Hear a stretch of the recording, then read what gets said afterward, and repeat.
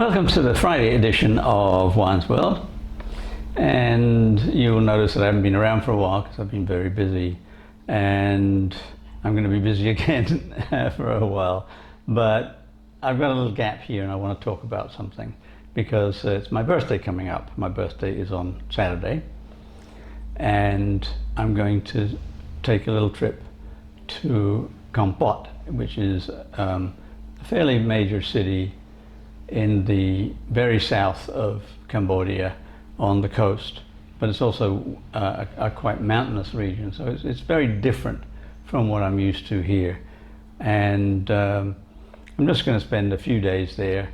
I'm going to travel on Friday, so I'll put this up before I go, and I'll be there until Monday, and then I'm coming back. And the thing I want to talk about is the concept of travel, because a couple of friends of mine recently highlighted an article in the New Yorker magazine, pretty much trashing travel as a concept, and talking about how people say in general that travel improves them, and something or other like that. And the article, basically goes on to say that that's nonsense. Well, I want to challenge that article, and let's get into it.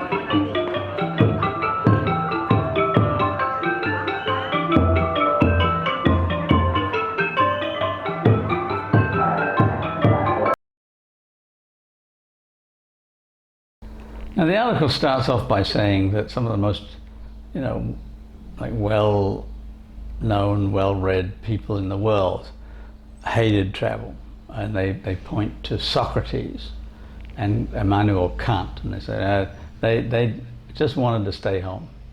Okay, that's fine, but you can't just point to a few very well-known, highly intelligent people who didn't want to travel and say, see, it's, the brightest minds don't want to travel.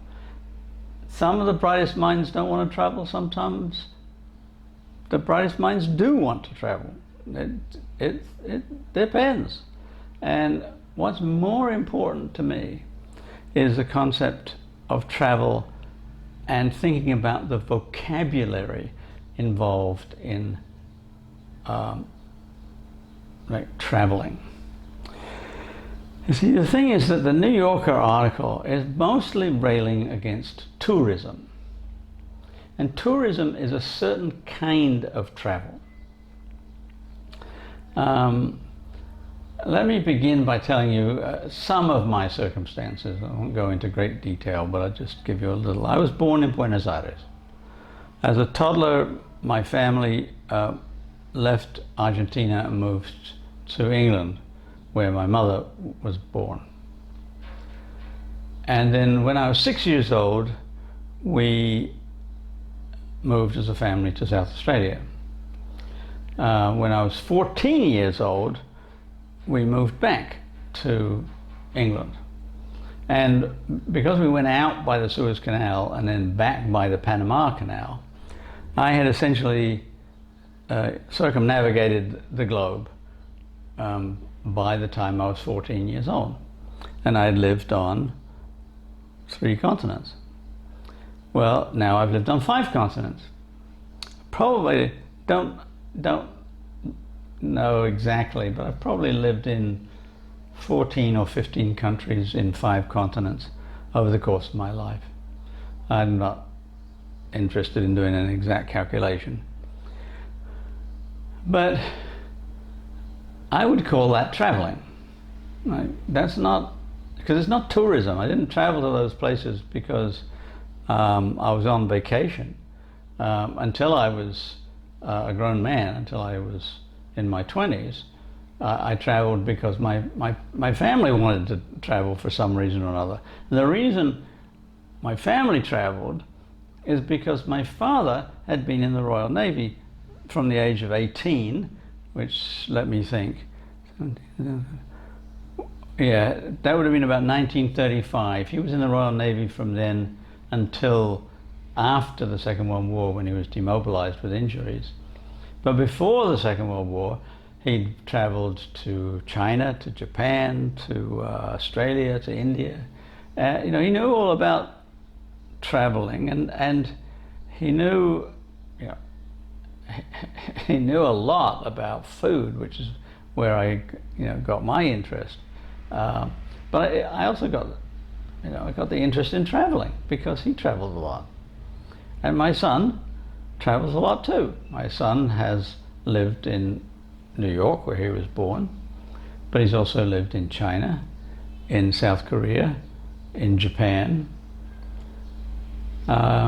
short period of time in Vietnam, and now he's back in New York right now, but he intends to continue his traveling at various points in his life, I expect. That's very, very different from saying once a year, okay, we've got enough money, let's go to the Grand Canyon, or let's go to Paris, or whatever.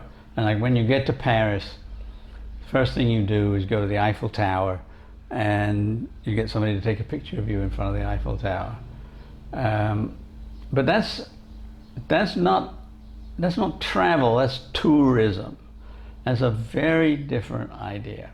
Now, when my son and I lived in a hostel in Kunming in southern China, or southwestern China, in Yunnan province, a great many young men, most of them newly graduated from university, or perhaps just out of their military service or whatever. They're mostly, you know, in their sort of early 20s, deciding that they've got enough time and money to travel the world and set up an itinerary. And one of the countries on the itinerary is China. And so they all ended up in our hostel on their way, usually to, there are a couple of places near Kunming that are famous historic sites. But they'd come to southern China from northern China. They'd all been to the Great Wall of China. They'd all taken photographs of themselves at or on the Great Wall of China. And they spent all of their days taking photographs of themselves in front of, you know, interesting monuments, and then getting drunk at night. And they'd do that for a year, and they called themselves travelers. Well, that's not what I call traveling. That's tourism. So what's the difference is motivation. You know, they're not really traveling the world to change themselves. And in that respect, the New Yorker article is quite correct. They're traveling the world to put a tick mark in a lot of boxes. Okay, oh, Great Wall of China, tick. Eiffel Tower, tick. Leaning Tower of Pisa, tick. Tick. Machu Picchu, tick. You know, where, I mean, there are certain itineraries that people follow depending on what kind of money they've got. And then they go back to their homes and, I don't know, share their photos or tell people about it or whatever. But I can tell you from very long experience how interesting those travel reports are. Like zero. I don't care where you've been. I don't care what you've seen. You know, I can go online and I can find photos of Niagara Falls if I want to. I can find pictures of Buenos Aires if I want to. I mean, I've got 1,000 pictures myself. That's not why I travel. I travel because it's just part of my life. It's part of my everyday experience, if you like. I don't know what else to do. But partly that's because I'm an anthropologist. I'm interested in different cultures. I came to Cambodia by accident. I actually was intending to spend a couple of years in Myanmar, but that didn't work out. And a friend lived here in Phnom Penh and said, well, look, you come on over here and stay here for a while and then make your decisions. And I thought, yeah, okay, I'll come for 6 months to a year and then move on to Turkey, which is really where I wanted to be. And then COVID hit, and I got stuck here for 3 years, which is all right. But what I do when I come to a culture is I try to learn the language, try to understand the customs. I want to understand the Buddhism of Cambodia. I want to understand my New Year is coming up. I want to understand the practices involved in the Khmer New Year. Eat the food, balance the differences between, say, Vietnamese food, Cambodian food, Thai food. They all have certain similarities, but they're all quite different. And yet, see, the thing is that, like here in Cambodia, you can get them all, and people like them all. So it's not like people in Cambodia, eat Cambodian food because it's nationally important. A lot of them like Thai food. A lot of them like Vietnamese food, Japanese food. They sort of mix and match. When I go out to dinner with my friends, well, one of the things we have to decide is the nationality of the restaurant we're going to. But the thing is that I understand the heart of Cambodian cooking, and to do that you need to understand not only the ingredients, you also need to understand the methods. You need to understand, for example, that if people have a house, they have a habit of cooking outside because it's too hot to cook inside. And you also have to understand that nobody, literally nobody, owns an oven. I own one because I want to I want to cook certain things at certain times, but I don't know anybody who has an oven. If they want something baked or roast, they go to a professional who has a big oven, and they buy it from them. So like roast pig or roast duck or what have you. So once you look at something like the food of a culture, you get into the depths of the culture. And also I've spent a certain amount of my time looking at the way people drive around and walk around the streets and cross the streets. It's very different. Crossing the street in Japan and crossing the street in Phnom Penh are miles apart. They're just totally different, with London and New York like somewhere in the middle. And Hanoi, if you don't know how to cross the street in Hanoi, you're going to get killed. But it's not difficult. I mean, there are swarms and swarms of traffic, but it's easy to cross the street if you know what you're doing. So that's my purpose in traveling, is to find out about other people so that I can understand them better. And I would argue that does make me a better person. However, if your purpose is to go to Paris and have your photograph taken in front of the Eiffel Tower, then you're not learning anything about Parisians or the French or Paris itself. You're a tourist. So my point is that there are different modes of travel, and we need different words for it. I mean, I would say that my way of traveling we can call travel. And